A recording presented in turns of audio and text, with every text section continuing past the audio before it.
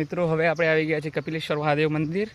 અહીંયા મહાદેવજીના દર્શન કરીશું અને અહીંયાથી આગળ પ્રસ્થાન કરીશું।